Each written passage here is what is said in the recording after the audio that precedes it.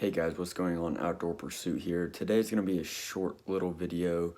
It's a video of me going to be tanning my deer hide. I just shot this deer about a week and a half ago. The latest video should be that video, so go ahead and watch that and see. It's a muzzleloader kill. But right now I'll flip you around and show you what I got so far. Okay, so I went ahead and turned the flash on. Sorry I'm not filming with my DSLR. I just know this is not going to be a very long video, so it's already salted and stuff. So I ended up using 3 full little bottles of it, and then I ended up using, I don't know, maybe a 1/4 of this, barely any, because I was going to rub it in. By the time I got done with it, it just started pilling and it was already clotting up. So in the next clip you should see me taking off all the salt. So yeah, so we'll fast forward to the next day and I'll see you guys when I wake up.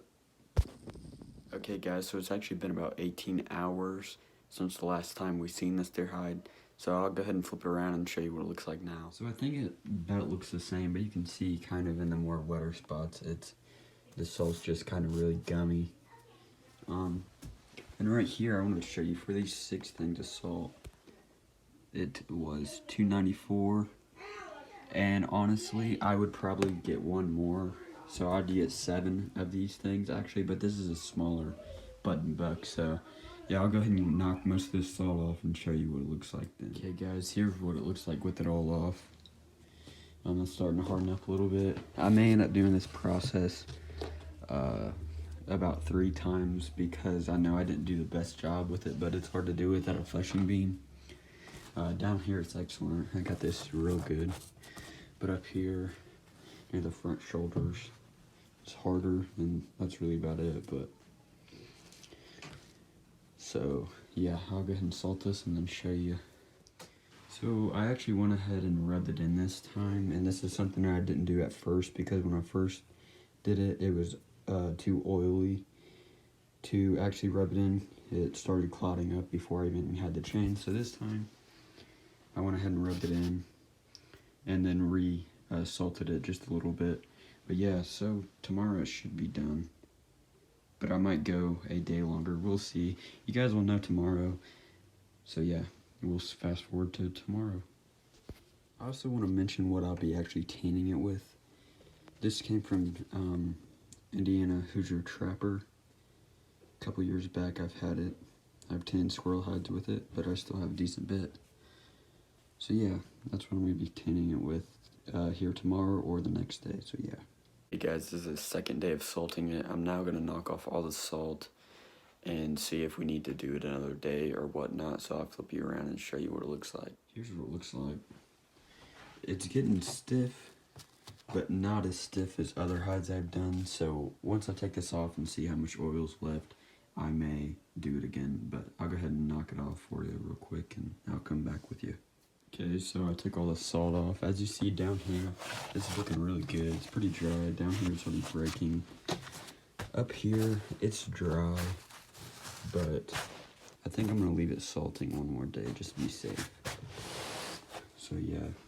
This is all safe salt that didn't even get messed up last night, so it's pretty much about done, so, but I'll turn you back on. Okay, this is the last day of salting.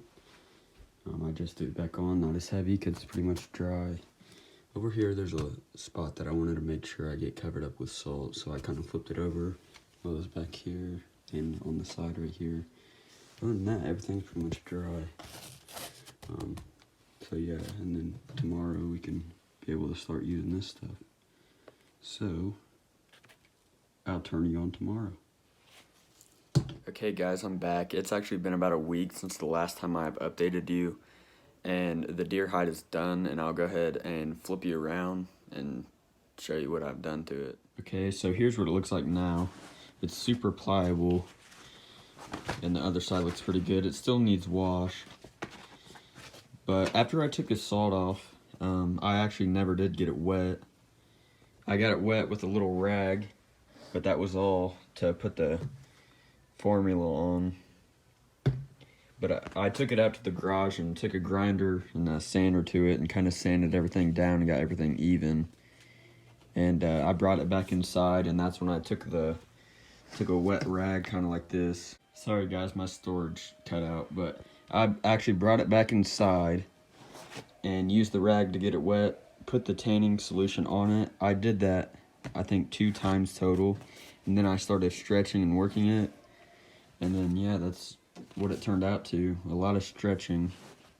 But that grinder really does help, and I do recommend it. It's just a little circular grinder, and you just kind of go through and just knock everything off. And I mean, there's really nothing left on this but very little pieces in the smaller areas, but I'm still gonna go around and trim things up. And here's the other side. So like I said, it still needs brushed out and washed, but it did pretty well for my first time actually tanning. So yeah, if you guys enjoyed this video, please be sure to like, comment, and subscribe, and comment any feedback below and tell me what I can do. So thank you guys.